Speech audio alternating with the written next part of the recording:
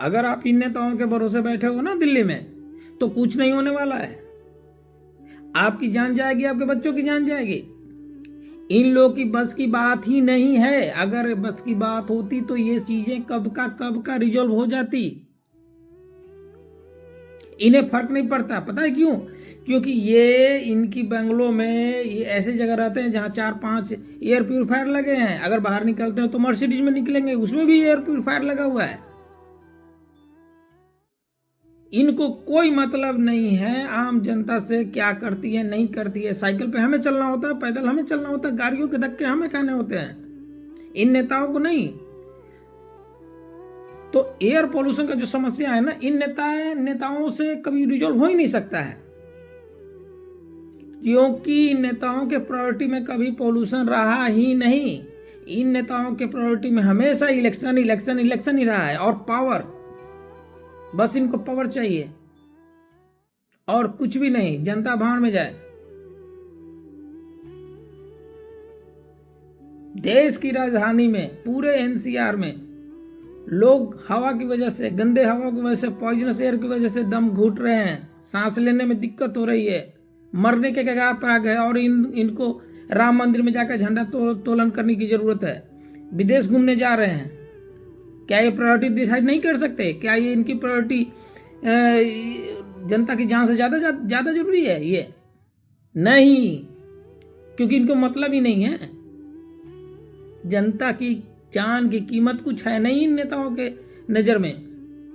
मरेंगे आप, मरेंगे हम। 1 से 2 साल में ऐसा समय आने वाला है कि दिल्ली में छोड़ के सभी लोग यहां से निकल जाएंगे और दिल्ली ठप पड़ जाएगी। पूरे एनसीआर ठप पड़ने वाली है, क्योंकि यहां पोल्यूशन का स्तर इस लेवल पे चला जाएगा कि कोई भी उसके बाद इसको रिवर्स नहीं कर पाएगा।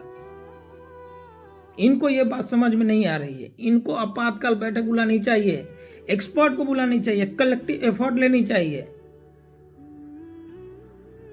और इस समस्या को जैसे तैसे जैसे हो इसको रिजॉल्व करना ही चाहिए। लेकिन ये करेंगे नहीं,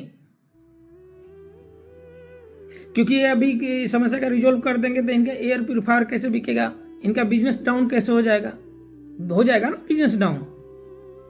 इनके मित्र लोगों का कंपनी बड़े बड़े होंगे, उनका एयर प्यूरिफायर, बहुत सारी चीजें हैं, वो कैसे बिकेगा? इनकी नीयत नहीं है, ये मान के चलो। एक कुछ नहीं करेंगे। करना आपको है, करना हमें है, जो भी करना है।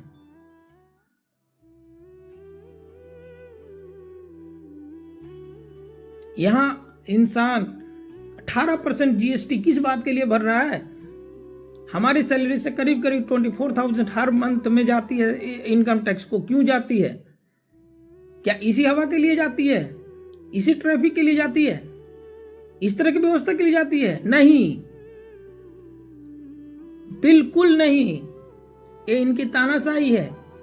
ये हम लोग के जेब से पैसा निकालती है और हमें मजबूर करती है, ताकि जैसी सर्विस हम दे रहे हैं वैसी सर्विस को स्वीकार करो।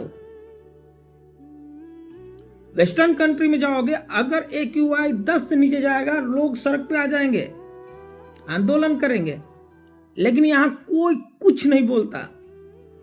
अगर 2-4 आंदोलन करेंगे, उसको पकड़ के जेल में डाल देंगे, केस कर देंगे। ये क्या है? तानाशाही है। इनका साफ कहना है, हम कुछ नहीं करेंगे, आपको जो करना है करो। ये इनका मतलब है। तो भैया, हमने तो प्लान बना लिया है कि अगली बार जॉब स्विच करूंगा, या तो वर्क फ्रॉम होम लूंगा, या तो नॉर्थ इंडिया की तरफ शिफ्ट करूंगा। यही मेरे पास एक लास्ट ऑप्शन बचता है। या तो अपने गांव जाऊंगा और खेती बाड़ी करूंगा, चैन की सुकून की जिंदगी जीऊंगा। भले पैसा ना हो मेरे पास, लेकिन चैन की जिंदगी तो होगी, जान तो बचेगी। एम्स के डॉक्टरों का कहना है कि जो लोग यहाँ स्मोकिंग नहीं करते, फिर भी अगर वो सांस लेते हैं एनसीआर एरिया में, तो वो लगभग 20 सिगरेट के बराबर एक दिन में उनके लंग्स डैमेज हो रहे हैं, जितना डैमेज 20 सिगरेट पीने के बाद होते हैं। आप सोचो किस स्तर का प्रदूषण है।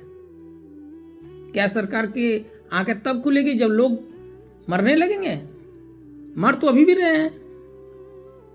लेकिन उस तरीके से नहीं मर रहे हैं।